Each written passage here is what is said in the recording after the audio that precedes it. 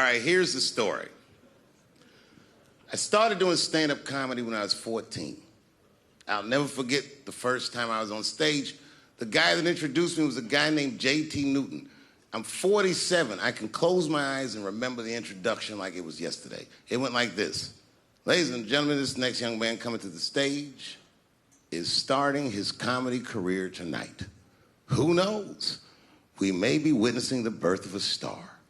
Please welcome David Chappelle.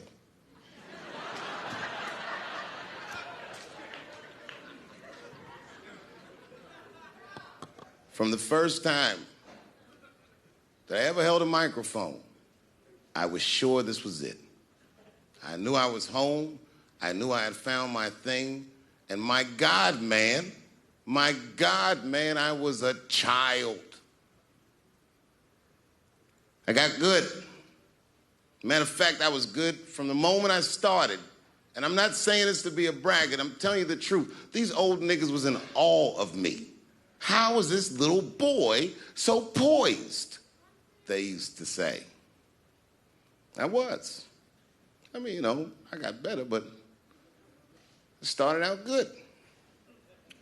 About a year into it, when I was 15 years old, I had written a joke during the AIDS epidemic about having a Goodyear condom. Something, I don't even remember the joke. Something about an industrial strength condom by Goodyear. I just remember all the comedians really liked that joke. And there was an older comedian. And he came to me one night after the show, after he saw the joke, and he said, listen, I got an audition at another comedy club, and I was wondering, do you mind if I do that joke? I just want to borrow it. Now, I'm a kid. I don't know any better. I'm like, borrow it? Well, I guess, sure, if it'll help your career. I let him do the joke. And then weeks later, I was waiting to go on in a comedy club, and he went on before me, and he did the joke.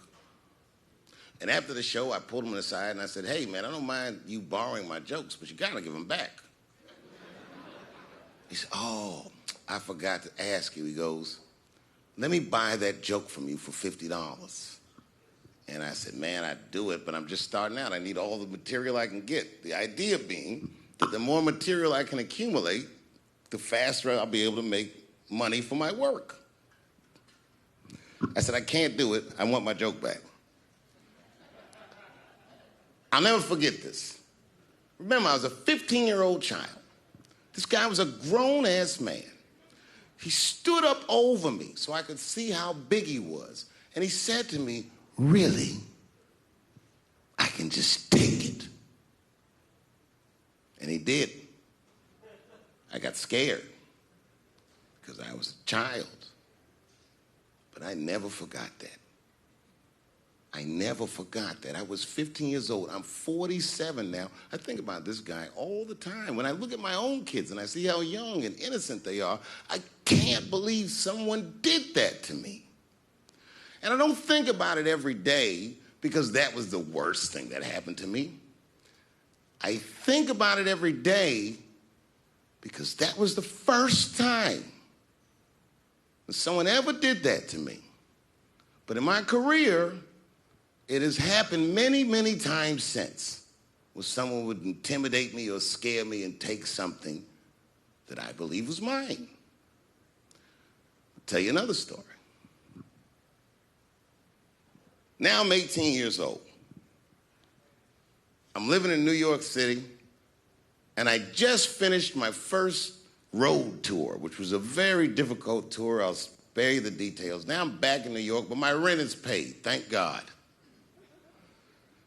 And I have $60 to my name, and a woman that I had met in Pittsburgh, a bad Dominican bitch,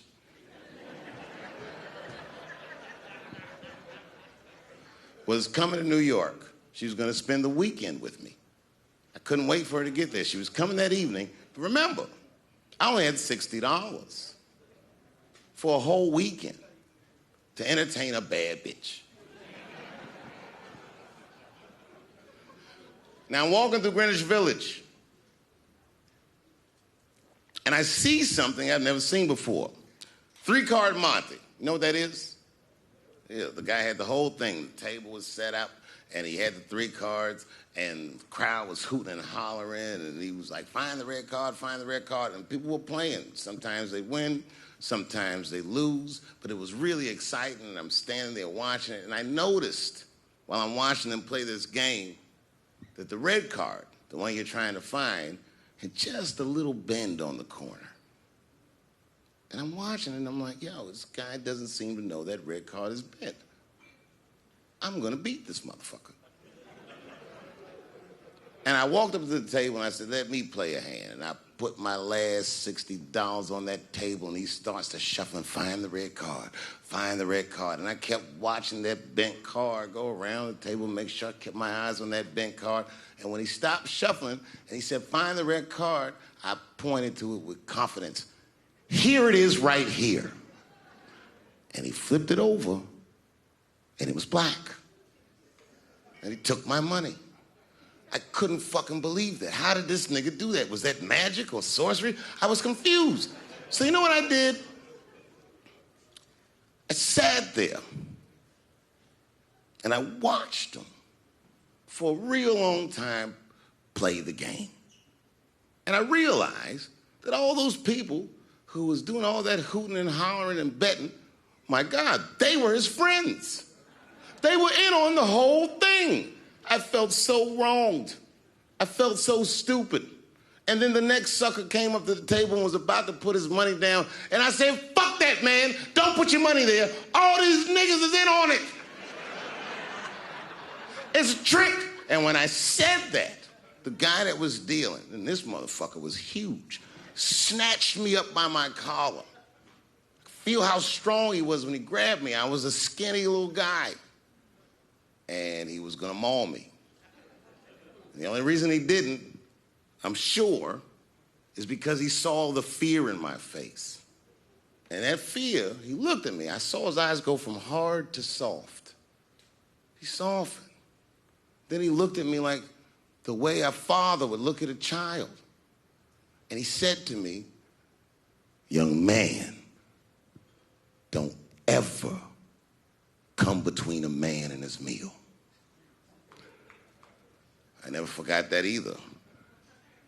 Most niggas would have to run the streets for years to learn a lesson that profound. It took me 2 seconds. Never get between somebody and their paper.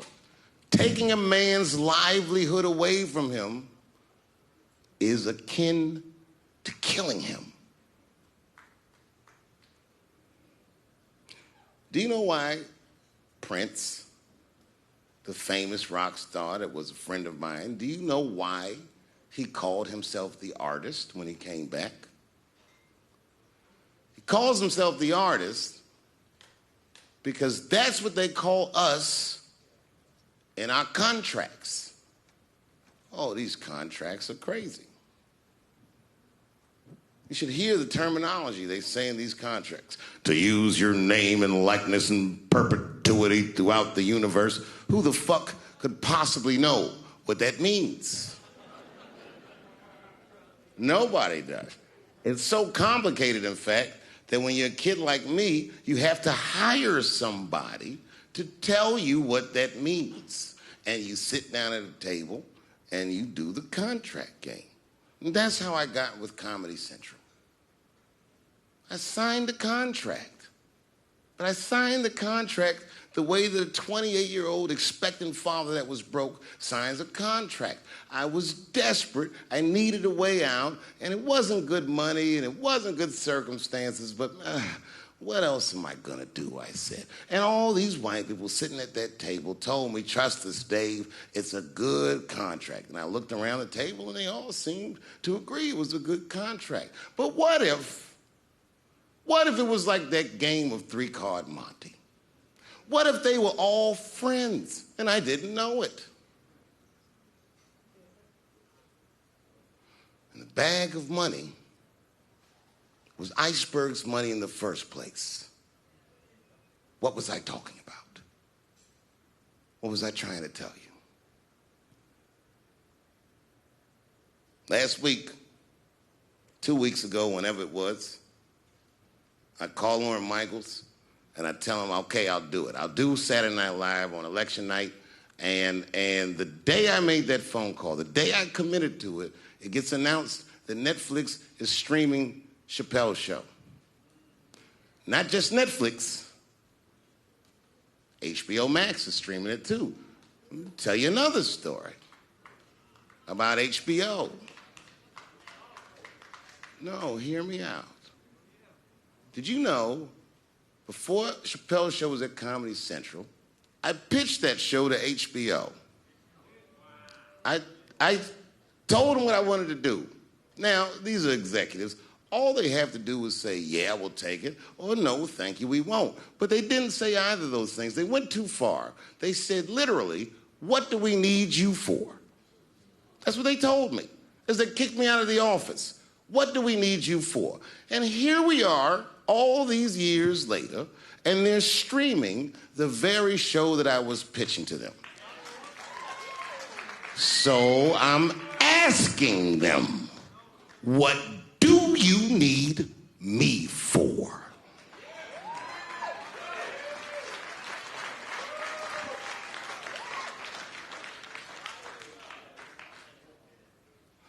People think I made a lot of money for Chappelle's show. When I left that show, I never got paid. They didn't have to pay me because I signed the contract. But is that right? I found out that these people were streaming my work, and they never had to ask me, or they never had to tell me. Perfectly legal because I signed the contract. But is that right? I didn't think so either. That's why I like working for Netflix. I like working for Netflix because when all those bad things happened to me, that company didn't even exist.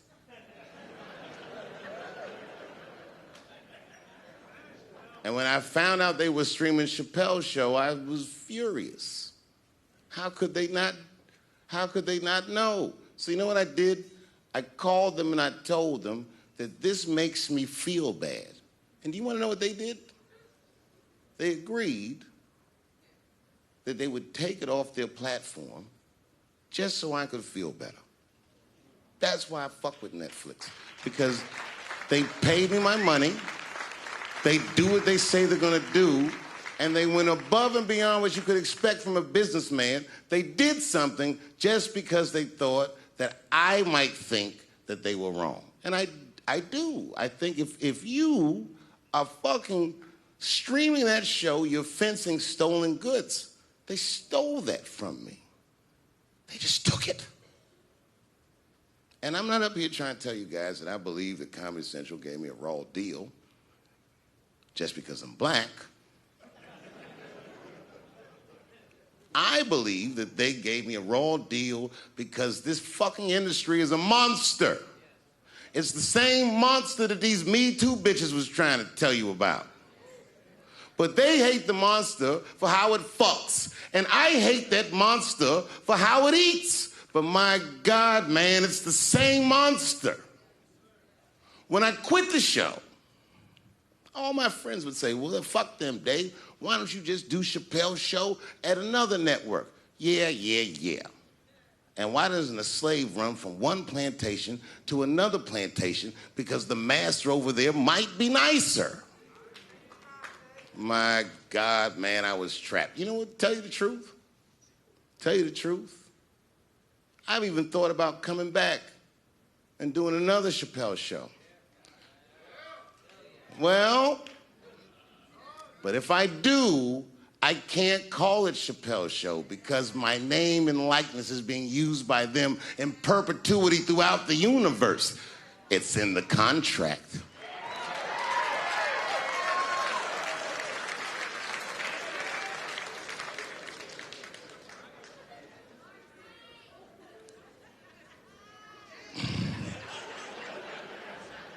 You're not supposed to do this in my business. I'm up here doing something that nobody else in this business has the balls to do. I'm telling you something that you need to know. I'm trying to explain to you what you're seeing. You don't understand what you're seeing. I am publicly flogging a network. And I know that this network niggas, they watching me and they saying, why are you doing this so publicly? Doesn't feel good to be flogged publicly. Oh, believe me, I know. I know exactly how that feels. When I quit my show, they said I was crazy. What was crazy about it? I just didn't want to do it anymore. They said I smoked crack. That's impossible. I was a devout Muslim. I didn't smoke or drink. But I do now, bitch, because you ruined my fucking life. Now it's their turn. This is their first nigga lesson, and I'm honored to give it to them. They're gonna pay me for this show. I called my agent. I said, is there anything I can do about this show? And he said, no. Well, fuck you too then. If you want something done right, I guess you got to do it yourself. So I'm not going to the agents. I'm coming to my real boss. I'm coming to you. I'm begging you. If you ever liked me, if you ever think there was anything worthwhile about me, I'm begging you. Please don't watch that show. I'm not asking you to boycott any network. Boycott me. Boycott Chappelle's show. Do not watch it unless they pay me.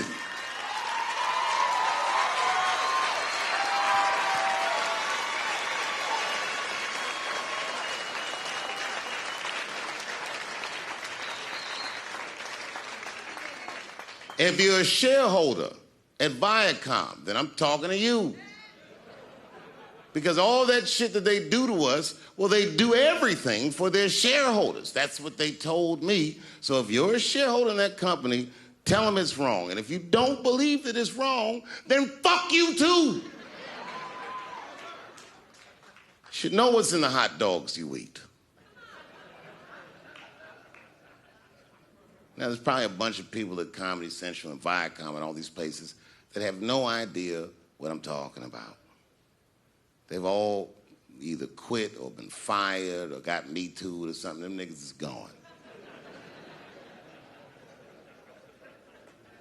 And there's a whole bunch of new young people there, and they're probably looking like, what is he talking about? They may not actually know what the fuck happened to me. So I'll tell you what I'm talking about. Go downstairs to your accounting department, open the books, see what that show made, and look at what you paid me. That's exactly what I'm talking about. You're going to pay me. I am inviting you to come with me and work with me. And let's fight against that terrible, terrible feeling that you made me feel together. We can fight together and work this thing with Chappelle's show out. Or I can just take it. Thank you.